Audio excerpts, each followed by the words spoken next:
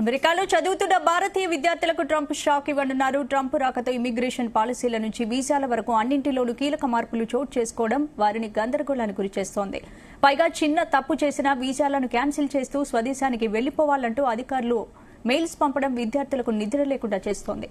ఈ టైంలోనే America Congress optional practical training program రద్దు చేసినందుకు బిల్ తీసుకురావాలని చూస్తోంది. దీంతో అమెరికాలోని వివిధ దేశాల విద్యార్థులు ఆందోళనకు గురవుతున్నారు.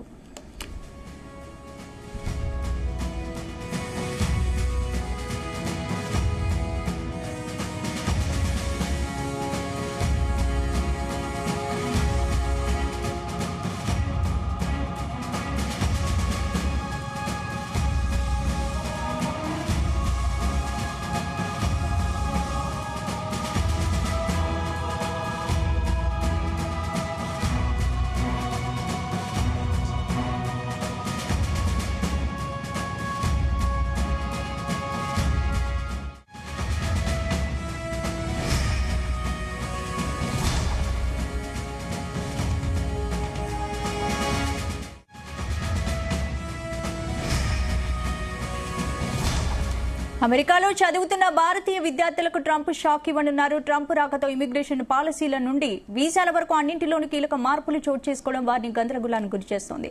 ఇదే అంశంపై మనతో మాట్లాడడానికి విదేశీ వ్యవహారాల ఎక్స్పర్ట్ రమేష్ గారు ఫోన్ లైన్లో సిద్ధంగా ఉన్నారు. రమేష్ గారు, నమస్తే మేడం. I'm doctor Ramesh. ఈ సిచ్యువేషన్ ఎలా చూడొచ్చండి? Yes madam, there are two things madam, very quickly. Number one, Trump ఒక్క భారతదేశాన్ని దృష్టిలో పెట్టుకొని ఆంధ్ర తెలంగాణని దృష్టిలో పెట్టుకొని మాత్రమే ఆ పాలసీలు చేయలేదు. ప్రపంచంలో ఉన్న అన్ని దేశాలకి సంబంధించి పాలసీ చేశారు. అది అంటే what I mean to say is, మనం ఏదో ఇండియాని సింగిల్ అవుట్ చేసి ఇండియాని ఇబ్బంది పెట్టే విధంగా అయితే చేయలేదు. మొత్తం మీద అందరికీ చేశారు. అందుట్లో మనం కూడా ఉన్నాం కాబట్టి మనం ఇప్పుడు ఉన్నంతలో ఎలా దాన్ని మేనేజ్ చేయాలి ఇలాంటి సిచ్యువేషన్ ని. అమెరికా చాలా ఇంపార్టెంట్ మనకి country, at the same time India కూడా అమెరికాకి ఇంపార్టెంట్. ఇప్పుడు ఎక్కువగా మనము స్కాలర్షిప్స్ మీద దృష్టి పెట్టి మెరిటోరియస్ స్కాలర్షిప్స్ తీసుకొని అమెరికా వెళ్ళటానికి ఎక్కువ ఇంపార్టెన్స్ ఇవ్వాలి, కానీ లక్షల లక్షలు బ్యాంకు లోన్లు తీసుకొని అమెరికా వెళ్ళటానికి ఇంపార్టెన్స్ ఇవ్వద్దు. Number one. నెంబర్ టూ, అన్నిటికీ మించి ఏదో ఒక విధంగా అమెరికా ఫ్లైట్ ఎక్కాలనే ఆలోచన మాని అన్ని ప్రాపర్ డాక్యుమెంటేషన్ ఉన్నప్పుడు మాత్రమే అమెరికాలో విద్యాభ్యాసం చేద్దామనే ఆలోచన కానీ అటువంటి దృక్పథం కానీ ఎక్కువగా పెరగాల్సిన అవసరం ఇండియన్ స్టూడెంట్స్ లో ఉంది, ముఖ్యంగా ఆంధ్ర తెలంగాణ స్టూడెంట్స్ లో ఉంది.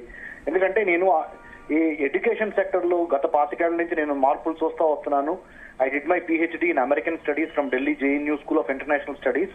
నేను ఏదో పైపైన మాటలు చెప్పట్లేదు, లోతుగా విశ్లేషించి చెప్తున్నాను మన భారతీయ విద్యార్థులు, మరి ఆంధ్ర తెలంగాణ విద్యార్థుల క్షేమం కోసం. మూడో పాయింట్ ఏంటంటే, ఈ ఓవర్సీస్ ఎడ్యుకేషన్ కన్సల్టెంట్స్ ఎవరైతే ఉన్నారో వీసాలు ఇప్పిస్తాము, మీకు అమెరికాలో అడ్మిషన్స్ ఇప్పిస్తాము, వాళ్ళు తప్పులేదు, అందరు తప్పు పట్టట్లేదు. అందులో కొంతమంది ఏం చేస్తున్నారంటే అమెరికాలో ఏదో విధంగా స్టూడెంట్ ఇక్కడి నుంచి అమెరికాలో ప్లేస్ చేయాలి యూనివర్సిటీలో అనే దాంట్లో ఏదో సర్టిఫికెట్లు పెడతాము, అంటే ఫైనాన్షియల్ గా ఉన్నది లేనట్టు చూపించడము, చార్టెడ్ అకౌంటెంట్ పట్టుకొని వీసా కోసం, లేకపోతే గ్రూప్ 2, గ్రూప్ 3, గ్రూప్ 4 యూనివర్సిటీస్ అంటే థర్డ్, సెకండ్ రంగ్ యూనివర్సిటీస్ లో కూడా అడ్మిషన్ తెప్పించడము, ఇలాంటివి చేస్తున్నారు. అలాంటి పనులు మానుకోవాలి. ఎందుకంటే డిజిటల్ ఫుట్ ప్రింట్స్ అంటే డిజిటలైజేషన్ టైంలో ఇది అంటే లిబరలైజేషన్, ప్రైవేటైజేషన్, గ్లోబలైజేషన్, గూగులైజేషన్, ఇప్పుడు డిజిటలైజేషన్ టైంలో ఉన్నాం మనం.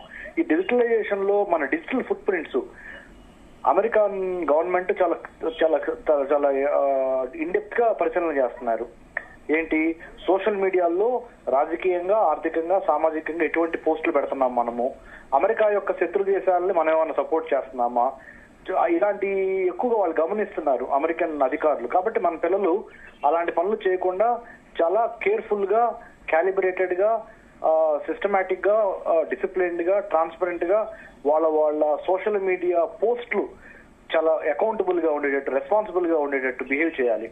సో ఇట్లా ఈ 4-5 జాగ్రత్తలు తీసుకుంటే ఎవ్రీథింగ్ ఇస్ ఫైన్. ఇండియాకి చాలా ఇంపార్టెంట్ అమెరికాకి ఇండియా అంటే ఇప్పుడు చాలా ఇంపార్టెంట్ అమెరికాకి. అంటే రమేష్ గారు, ఇప్పుడు మీరు చెప్పినట్టు ఇండియన్స్ అంటే ట్రంప్ తీసుకునే నిర్ణయాలు ఓన్లీ ఇండియన్స్ పైనే కాకుండా అన్ని కంట్రీస్ పైన ఎఫెక్ట్ అని చెప్తున్నారు. బట్ మన ఇండియన్స్ నుంచి ఎక్కువ మంది స్టూడెంట్స్ హైయర్ ఎడ్యుకేషన్ కోసం అమెరికా వెళ్తూ ఉంటారు కాబట్టి ఎక్కువ మన ఇండియన్స్ పై ఎఫెక్ట్ ఎక్కువగా చూపిస్తోంది. మరి ఏంటి ఇప్పుడు ఇండియన్ స్టూడెంట్స్ ఏం చేయాలి? ఇప్పుడు హైయర్ ఎడ్యుకేషన్ కోసం యుఎస్ కి సెలెక్ట్ చేసుకోవాలా? ఎందుకంటే ట్రంప్ నిర్ణయాల వల్ల వెళ్ళాలి మేడం, హైయర్ ఎడ్యుకేషన్ కోసం యుఎస్ వెళ్ళాలి. కానీ వెళ్లే పరిణామ క్రమంలో లక్షల లోన్లు తీసుకుని వెళ్ళొద్దు బ్యాంకుల నుంచి, తల్లిదండ్రుల మీద ఒత్తిడి పెట్టొద్దు. ఒక 1 or 2 years బీటెక్ అయిపోగానే, బీకామ్ అయిపోగానే, లేకపోతే బీఎస్సీ లేకపోతే అయిపోగానే ఇక్కడ 1 year వర్క్ ఎక్స్పీరియన్స్ తీసుకోండి.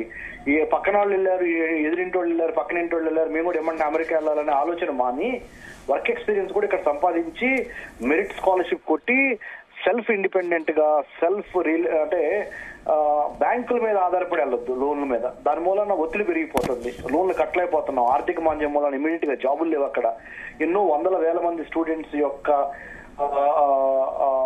స్టోరీస్ అన్ని నేను ట్రాక్ చేస్తా ఉన్నాను, వాళ్ళకి కౌన్సిలింగ్ చేస్తున్నాను కాబట్టి ఆ అనుభవం నుంచి చెప్తున్నాను నేను. అర్థమవుతుందా madam? Going for higher education to the United States of America is definitely a welcoming idea, but not at the cost of your own mental peace. Don't get into taking hefty loans from the banks and go. Don't do that. Go with a solid scholarship. Wait for 1 year if need be to win the scholarship. If you have any related queries on how to win a scholarship to study in the United States, come back to me, Dr. Ramesh Kannaganti, Center for Human Security Studies in Hyderabad. We'll give you free counseling. Okay, we don't charge also. So that's what I want to tell you. Okay, అంటే ఇప్పుడు present situation Trump తీసుకున్న decisions పరంగా చూస్తే optional practical training programme రద్దు చేసేందుకు bill తీసుకురావాలని Trump సర్కార్ చూస్తోంది కదా, మరి ఇది ఎలాంటి ఎఫెక్ట్ చూపించే అవకాశం ఉంది? ఓకే, ఆయన అంటే he is the sovereign, let him take the decision. Optional practical training ని రద్దు చేస్తారా ఉంచుతారా అనేది వాళ్ళ నిర్ణయము. దాని తర్వాత మనం అడ్జస్ట్ అవుతాము. ప్రస్తుతానికి ఆప్షనల్ ప్రాక్టికల్ ట్రైనింగ్ అనే దాన్ని ఉపయోగించుకొని చాలా మంది students, not only Indian students but other students from elsewhere in the world also, they have gone and they have misused that program, abused that program. Optional practical training పేరుతో ఎవరి దగ్గర పడితే ఆ దగ్గర ఈ ఆఫర్ లెటర్లు తీసుకొని పేరోల్ ఏదో చూపించి దాని తర్వాత F1 నుంచి H1Bకి అప్లై చేసే ప్రాసెస్ ఉంటుంది చూడండి, the transaction from F1 to H1B. ఆ ట్రాన్సాక్షన్ లో వీటిని తప్పుగా వాడారు, అబ్యూజ్ చేశారు, మిస్యూజ్ చేశారు, ఈ లాలో ఈ గ్యాప్ ని వాడుకున్నారు అనేది వీళ్ళ దృష్టిలో పడింది, అమెరికన్ ట్రంప్ అడ్మినిస్ట్రేషన్ దృష్టిలో. అందుకనే they wanted to review the whole OPT program, optional practical training program, and tighten the screws. అర్థమవుతుందా మేడం? అంటే ఇమిగ్రేషన్ పాలసీ నుండి వీసాల వరకు అన్నింటిలోనూ ట్రంప్ కొత్తగా చేంజెస్ చేస్తుంది కాబట్టి దీనివల్ల ఇంకా ఎఫెక్ట్ పడే అవకాశం ఉంది కదా?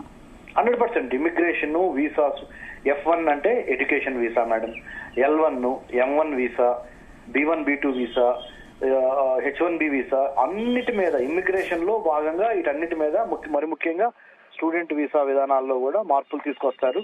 ఎందుకంటే కాకపోతే ఇంకా అనదర్ 3.5 years ట్రంప్ విధానానికి జాగ్రత్తగా మనం అలవాటు పడి ఆయన మైండ్ సెట్ ని రీడ్ చేసి ఆ విధంగా మనం మసులుకుంటే చాలు. తర్వాత మళ్ళీ డెమోక్రటిక్ పార్టీ అధికారంలోకి వస్తుంది, గ్యారంటీగా రావచ్చు, వచ్చే అవకాశాలు ఉన్నాయి. అంటే ఐఎమ్ నాట్ సేయింగ్ 100%, బట్ వచ్చే అవకాశాలు ఉంటాయి. కాబట్టి వాళ్ళది కొంత లిబరల్ గా ఉంటుంది, వీళ్ళు చాలా స్ట్రిక్ట్ గా ఉంది. బికాజ్ వీళ్ళ గోల్ ఏంటి? అమెరికాలో ఇప్పుడు Donald Trump goal let's make America great again. అమెరికాలో పుట్టి పెరిగిన అమెరికన్ పౌరులకు మాత్రము అన్ని సదుపాయాలు ఇవ్వాలి, అన్ని ఫెసిలిటీస్ ఇవ్వాలి. వేరే కంట్రీస్ నుంచి ఫ్రీగా వచ్చి మీరు మా దేశంలో సంపాదించుకొని వెళ్ళిపోదామంటే కుదరదు. మీరు ఇక్కడ సిటిజన్షిప్ కావాలంటే కొనుక్కోండి, $5 million ఇవ్వండి, అంటే 40 కోట్లు పెట్టండి, సిటిజన్షిప్ కొనుక్కోండి మా దగ్గర అని చెప్తున్నాడు ఈయన. సో ఆ విధంగా మనం అన్ని రకంగా మనం ఆయన్ని స్టడీ చేసి తద్వారా మనం జాగ్రత్తగా ముందుకు వెళ్ళాలి. మరోవైపు ఇప్పుడు చాలా మంది ఇండియన్ స్టూడెంట్స్ హైయర్ ఎడ్యుకేషన్ కోసం ఆల్రెడీ అక్కడ 1000 మంది ఉన్నారు. ఇప్పుడు ట్రంప్ తీసుకున్న డిసిషన్ వల్ల వాళ్ళు టెన్షన్ పడుతున్నారు. వాళ్ళ సిచ్యువేషన్ ఏంటి అసలు? డెఫినెట్ గా ఇప్పుడు ఇంకా కంప్లీట్ గా రానివ్వండి బయటికి, అంటే పాలసీ ఇంకా బయటికి రాలేదు. Policy will come in another 2-3 days 4 days లో. ఆప్షనల్ ప్రాక్టికల్ ట్రైనింగ్ ని కంప్లీట్ గా రిమూవ్ చేశారా, పార్షియల్ గా కొన్ని బ్లాక్ లిస్ట్ చేసిన యూనివర్సిటీస్ లో రిమూవ్ చేశారా ఏంటనేది తెలుస్తుంది. ఇంకా ఏదైనా ఫైన్స్ ఏమైనా ఇంపోజ్ చేస్తున్నారా? ఒక $80,000 రూపీస్ ఫైన్ పర్ డే అంటే ఇల్లీగల్ గా ఉంటే అలాంటి కొన్ని వస్తున్నాయి, బయటకు కనపడుతున్నాయి. Let the story, it is an evolving story. Students psychological గా బాగా వీక్ అయ్యారు, వాళ్ళకి ఏం చెప్తారు మీరు?